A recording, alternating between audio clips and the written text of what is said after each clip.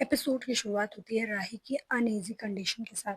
सुबह का टाइम है और राही ऑफिस जा रही होती है। तभी उसे थोड़ा वीक और चक्कर फील होता है। उसके चेहरे पर क्लियरली टेंशन नजर आती है। तभी ख्याति उसे नोटिस करती है और पूछती है कि क्या वो ठीक है।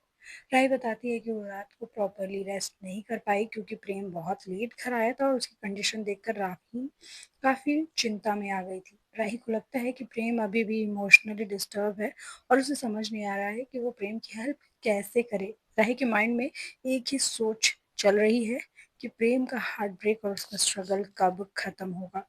इसी स्ट्रगल के बीच राही का फ्रस्ट्रेशन बाहर आता है और इनडायरेक्टली अनुपमा को भी ब्लेम करने लगती है। राही का कहना होता है कि अगर अनुपमा ने थोड़ा सा कॉम्प्रोमाइज कर लिया होता तो प्रेम को सपोर्ट किया होता तो शायद सिचुएशन इतनी कॉम्प्लिकेटेड नहीं होती। वो कहती है कि मैं ऐसा क्या करूं जिससे मेरे और प्रेम के बीच दूरियां ना आए। तभी वसुंधरा एक स्ट्रॉन्ग सजेशन देती है। वसुंधरा राही से कहती है कि वो सच में प्रेम को सपोर्ट करना चाहती है तो उसे अपनी जॉब छोड़ देनी चाहिए क्योंकि वो अपनी माँ की तरह रिश्तों से ज्यादा अपने काम को अहमियत दे रही है। ये बात सुनते ही राही एक डिलेमा में फंस जाती है।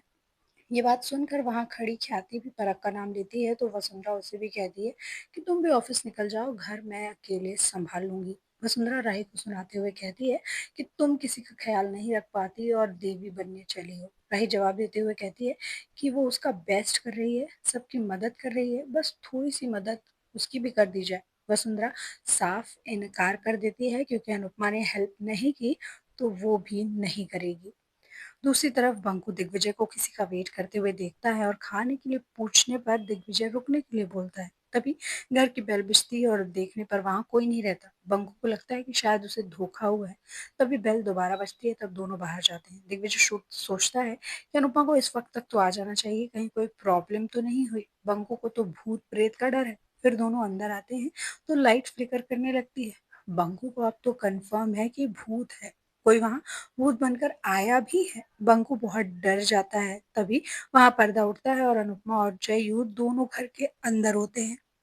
बंकू उन दोनों को देखकर बहुत ज्यादा खुश हो जाता है। अनुपमा बताती है कि भूत बनने का आइडिया जयू का था। जयू अपने भूत अंकल से भी मिलती है और दिग्विजय से कल बात करने के लिए कहता है क्योंकि वो दोनों सफर से थक गई हैं। अनुपमा दिग्विजय को अपने बनाए हुए लड्डू देती है और दिग्विजय भी उसे एक कॉल पे आने के लिए थैंक यू बोलता है और साथ ही उसे ये भी बताता है कि कल से काम शुरू करना है। अनुपमा भी डिसाइड करती है कि इस बार वो जी जान से काम करेगी। दूसरी तरफ माही और अंश गौतम की सच्चाई बाहर करने के लिए सबूत इकट्ठा करने आए हैं और गौतम अपनी गर्लफ्रेंड के साथ होता है तो अंश उसका वीडियो बना लेता है। ये सब देखकर माही भी थोड़ी दुखी होती है और उसकी सच्चाई कोर्ट के सामने दोनों बाहर ला कर रहेंगे, जिससे अंश को प्रांशी की कस्टडी भी मिल जाएगी और माही को गौतम से डिवोर्स।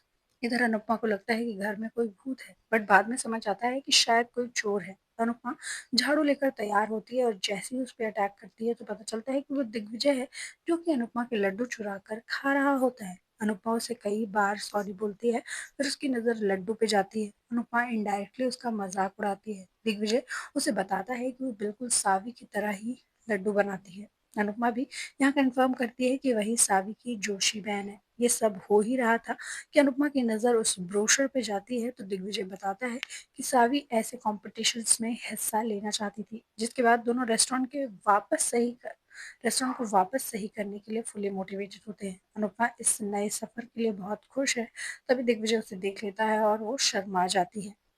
प्रेम भी अभी उस हादसे से बाहर नहीं निकला है। वो सब पे अपनी फ्रस्ट्रेशन निकालता है। तभी प्रेरणा उसे अश्योर करती है कि कोई काम की बात नहीं करेगा और सब बाहर जाने का प्लान करते हैं। फाइनली वो रेडी हो जाता है। मौके का फायदा उठाते हुए वसुंधरा सीधे राई को ताना मारती है और कहती है कि जिसे प्रेम का साथ देना चाहिए उसके पास तो टाइम ही नहीं है। वहीं वापस आते हैं अनुपमा पर तो अनुपमा कान्हा जी का नाम लेकर सावी की कैफे में आती है और सावी से प्रॉमिस करती है कि वो उसके सपना जरूर पूरा करेगी। पर यहाँ पे एक ट्विस्ट तब आता है जब दिग्विजय अनुपमा के सामने एक बड़ी शर्त रखता है कि ये कैफे ये सावी का है और ये वैसे ही चलेगा जैसे सावी इसे चलाती थी और वो सावी की यादों के साथ बिल्कुल भी छेड़खानी नहीं करने देगा।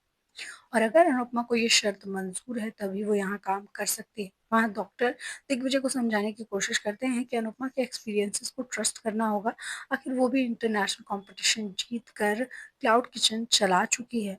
लेकिन दिग्विजय साफ मना कर देता है कि बिल्कुल नहीं, ये कैफे जैसा है वैसा ही रहेगा, बिल्कुल भी चेंज नहीं होगा। फिर अनुपमा भी उसे इंश्योर करती है ये कैफ़े सावी का अंदाज़ और एहसास जैसा था वैसे ही चलेगा।